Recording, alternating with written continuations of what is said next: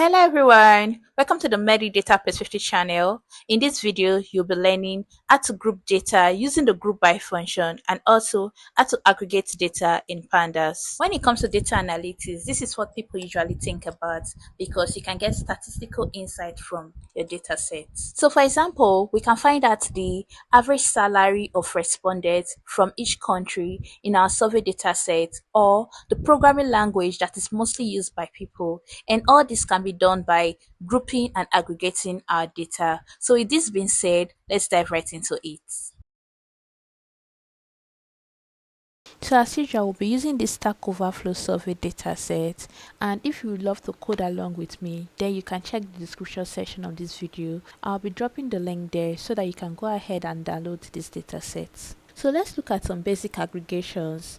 These basic aggregations include mean, which is the minimum, median, mode, sum, count, and many more. These aggregate functions takes multiple values and gives us the average, median, mode, sum of the result. So for example, we can decide to get the average salary that is being earned by respondents of this survey. And to do this, we can use the main aggregate function to get the average salary values. So first thing I'll be doing is to use the dot column attribute to get the columns we have in this data set. So let me just go ahead and scroll up. Okay, so we'll use the dot columns attributes to get the various columns names we have in this data frame, and if I run that, you'll see we've now gotten the various names in this data frame. So since we want to look at the average salary of respondents in this data frame, I will just go ahead and copy the salary name because this is the column we want to look at, and this is our data frame. And if I paste this here, okay, let me go ahead and copy this once more. Now if I go ahead and paste this here and run this, you'll see we'll be getting just a series returned to us containing all values in this column, that is in our salary column. Now if we want to get the average of these values, all we have to do is to call our aggregate, which is the main method. So if I go ahead and run this, we'll be getting the average salary value for this data frame, and you can see that this is a whole lot of number. So same way, if you want to get the median value, all you have to do is change this from mean to median, and if I change this to median and we go ahead and run this, we'll be getting the median value of 77,500. So this is how you can call the aggregate function on a column in your data set. So remember, you can also pass in a list containing the various numerical column you want to carry out your aggregate function on. So another thing I'll be showing you is how to carry out aggregate function on your data frame. So you can also call on the aggregate function on a data frame. So remember this, we called our aggregate function on a series, right? So to call your aggregate function on a data frame, you just have to call the name of that data frame and pass in the function, the aggregate function you want to call on that data frame. In this situation, we want to look at the mean of all numerical columns in this data frame. So let me go ahead and run this. So if I scroll down a bit, you would see here that we've gotten the mean values for our salary column, the SO accounts column, the work experience, and the converted comp yearly. This converted comp yearly is talking about the yearly salary of each respondent in this survey. If we go ahead and look at this column where the mean values was returned as none, so let's view this column and see where we're getting none values in return. So if you go ahead and look at this column now, you'll see that it contains only none values, which is not a number, right? So there are no values in this column, so that's why we're getting none as the main values also. So if we take a look at this, you will see that we got a future warning, and it says the default value of numeric underscore only in data frame dot mean is deprecated. In a future version, it will default to false. In addition, specifying the numeric underscore only equals to none is deprecated. So select only valid columns or specify the value of numeric only to silence this warning. So all we have to do is to come here and copy this numeric only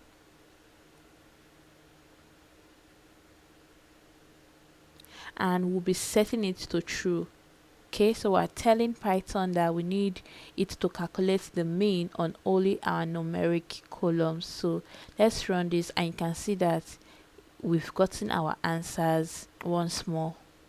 Another thing we can do is to run multiple aggregate function on our data set. So for example, I might decide to say we want to get the sum, the average values, and we can do that by including the .ag method. This .ag method takes in a list of the aggregate functions. So for example, we can pass in a list that is going to be containing all our aggregate functions we want to make use of. So previously we looked at the median salary in this data set, right? So let me go ahead and copy this and drop this here. So let's say for example, aside from median, we want to get other values like the mean, the sum, or the count. So how do we do that? So instead of doing this one after the other and saying median and coming here and say I want to get the mean, we can carry out this procedure once. So all we have to do is to use the .ag method. So we'll call the .ag and we're going to go ahead and pass a list containing those functions, those aggregate functions we want to make use of. So let's say we want to make use of the sum function, median, and we want to get the mean of these values. So if I go ahead and run this, we'll be getting an error, but I just want to show you. They say name median is not defined. Okay, I spelled this wrongly. Let's run this again. It says the name median is not defined also. Okay, so where we are getting this is we can make use of the numpy median to carry this out. So we're going to import the numpy library. So let's say import numpy as np, and I'll go ahead and run this. Also, I'll be taking this up, and all we have to do now is to use the numpy median function, so both for the median and the mean. So if we go ahead and run this once more, now you can see that we've gotten our sum value, our median value, and our mean value without any error. Now, to get a more elaborate aggregation findings on your dataset, you can make use of the .describe method.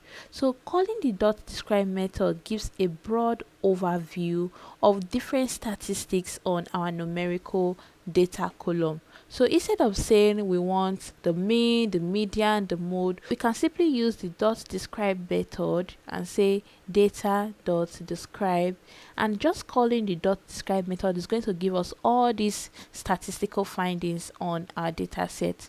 So if I go ahead and scroll this down, you could see we got the count, the mean, which is the average, our standard deviation, the mean, which is the minimum value, the maximum value, the 50% is the median value. Also we have the 25% quantile value, 75% quantile value, and these are all the numerical columns we have in this data frame. So you can see our response ID, salary column, work experience column, and the converted comp yearly column.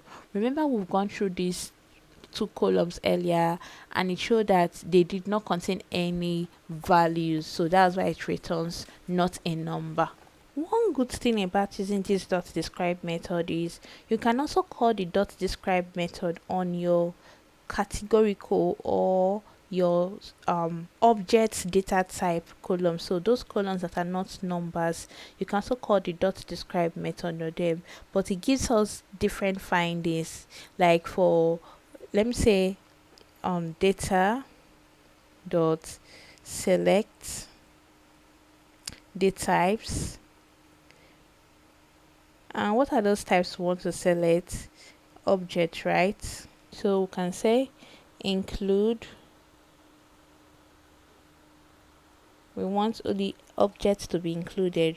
And if I go ahead and run this, you see that we'll get only just columns that are not numbers. Okay, you can see we have our main branch, employment, remote work, coding activities, and so forth.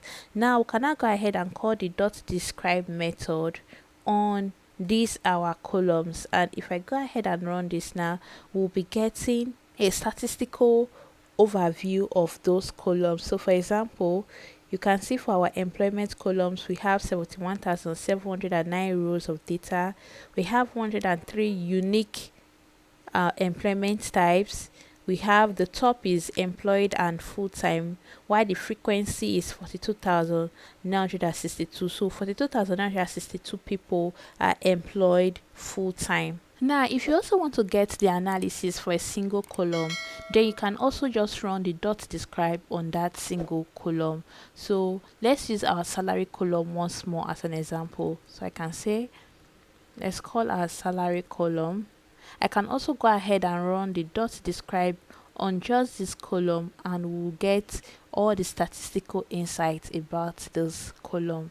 If I go ahead and run this, you'll see we got the mean value, the standard deviation, the minimum value, the 25% quantile, 50%, which is the median value, the maximum value. So just calling the dot describe is going to give us all the statistical insights regarding this column.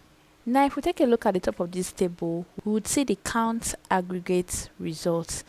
The count function counts the number of non-missing values in our columns of data. So for example, we have about 38,422 rows of non-missing values in our salary column. Now we also have the value underscore count method in Pandas. This value underscore count return a series containing counts of unique values. So for example, let's say we want to see the amount of respondents for each country. We can say data, which is the name of our data frame, and country,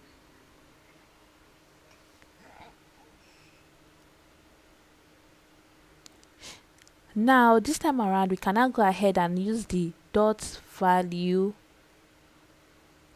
underscore count, since we want to count the unique countries in this data set. So if I go ahead and run this, you could see for United States of America, 13,543 respondents were from the US, 6,639 respondents were from India, 5,395 respondents were from Germany, and so on. So that's the difference between using the count and the dot value count. The dot count method is just going to give us the number of non-missing values in this data frame. So if I go ahead and call this, you'll see we have 71,771 rows of data for our country columns, right? But if I want to say, okay, how many countries or how many respondents do we have from these various unique countries, then we can go ahead and use the dot value underscore count method. Okay, an important point of using this dot values count is that instead of getting these numbers, you can get their percentages, because merely looking at these numbers, you might not really be able to get valid insights from this data frame. But we can get their percentage by using normalize and set this to true. So with this, we can get the percentages, and if I go ahead and run this, you see we have 18% of our data set resided in United States, 9% resided in India, 7% in Germany, 5% in the UK or Great Britain and Northern Ireland, and 3% in Canada. So you can see that using the normalize and setting this to true, we can get a more clearer insight on this data set. Now the next we'll be looking at is the group by function. The group by function is used in splitting a data frame into groups based on one or more columns. So previously we looked at using the aggregate function to get the average salary of respondents in our data frame. We can decide to say, okay, we want to find out what is the average salary for each country in our data set. So we don't just want to get the average salary in our data frame as a whole, but want to get what is the average salary by each country. Okay, so we can use the group by method to do that. So if I call on our data frame, which is data, and I say I want to group by, and what do we want to group by? We want to group by our country column. Okay, so if I go ahead and run this, you see that it says that this is a group by object. So if I go ahead and save this as our group, let's save this as our group country. Okay, so I'll just go ahead and run this again once more, and you'll see what we can do with this. So for example, so let's go ahead and copy this, which is our group. Remember that we've grouped our country using the dot group by method into various group, right? So let's call the get group, and with this get group we're able to get any country which we desire. So for example, let's call this India. Want to get our India, and if I go ahead and post this here, we'll be getting all rows of data where the country name is India. So if I go ahead, let's say we want to just get the first 5 so that it will be easy for us to scroll. Okay, so let me run this once more, and with this, if I go ahead and scroll this, you would see the country are all India. Okay, so it shows that this dot group by method has grouped our data set into various countries. So for example, if I want to look at Canada, I can just go ahead and copy Canada, and if I paste this here, it's going to get me just all countries where the name is Canada. So this is it. If I go ahead and scroll once more, you would see that we're getting just respondents that resides in the country of Canada. So that's what the group by method does. It helps us to group our data based on whatsoever column you are grouping by. Remember that the column you want to group by would be inside your group by brackets. Now with this, we can call our aggregate function on our group by object. So for example, let's say we want to see the average salary of each countries, right? Want to get the average salary of respondents from each country. So how do we go about doing that? Using our group by object, which is the group country, I will just go ahead and copy this once more. I'll be pasting this here, and what do we want to get? We want to get the average salary, right? So this is the salary. So remember that to get the average, we can use the dot mean, right? So if I call on our mean and run this now, we'll be getting all the average salary by country. So for Afghanistan, the average salary is, let's count this, 1 2 3 4 5 6. So the average salary for Afghanistan is about 380,000 plus. The average salary for Albania is about 51,000. The average salary for Algeria is about 875,000, and so forth. Now most of the times you will see people write this as data dot group by. What do you want to group by? We want to group by our country, and which column do you want to call your aggregate functions on is the salary column. So you can see this bracket is going to take the name of the column you are grouping by, while the square bracket is going to be taking the column name where you want to call your aggregate function on. So we can just call on the dot mean, and with this we'll be getting same result just like this. Remember, with this, what we did earlier was that we've already saved our group by objects with this name, so that's why we just had to call on the aggregate function on it. Now another thing you can do is you can group by multiple column, and you can also call your aggregate function on multiple column. All you all have to do is to pass your group by. If you are grouping by multiple column, you just have to pass this into a list and add in the extra column of data you want to group by. So for example, let's say we want to group by country, and we also want to group by remote work. Okay, so we want to see the salary of those who work remotely, fully remotely, or partially remotely. Okay, so we can try to group by country, and now we want to see the average salary. So if we go ahead and run this, you'll see now that our data set has been grouped. We now have Afghanistan, people that work fully in person, those who work remotely, and those who work hybrid, and we can see the average salary for these various groups of people. We can also decide to say that we want to calculate our aggregate function on multiple columns. So instead of just looking at salary, let's say we want to also look at the average yearly income. Okay, so to do that, let me just go ahead and say call this data.groupBy. Now what do we want to group by? Same process. We want to group by the values here, country and remote work, right? So we want to group by country, and we also want to group by remote work. And this time around, we don't want to just see only the average salary. Salary is looking at just the monthly remuneration. We also want to get the yearly remuneration, which is the converted comp yearly. So if I go ahead and look at the average of these, let's go ahead and run this. Now you would see that we've gotten our average salary value and our average and yearly compensation for each country, grouped by remote work and by the various country names. So same thing, we can also decide to say, okay, we want to get not just the mean, we want to also get the median value. All you have to do, remember, call on the .ag method, just like I've shown you earlier. So if you use the .ag method, you can pass in a list containing those function you want to call.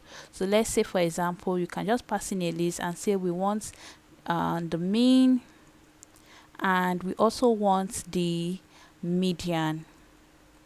Okay, so if we run this, we'll be getting both the mean and the median of the salary and the converted comp yearly columns. So this brings us to the end of this video. I hope it wasn't too long, and I hope you were able to learn all that you needed to learn from this video. Ensure to subscribe to this YouTube channel for more videos if you want to learn how to carry out data analysis on Python. Also give this video a thumbs up if you find it educative. Drop your comments and questions in the comment section. I'll do well to answer each and every one of you. Bye for now, and see you in my next video.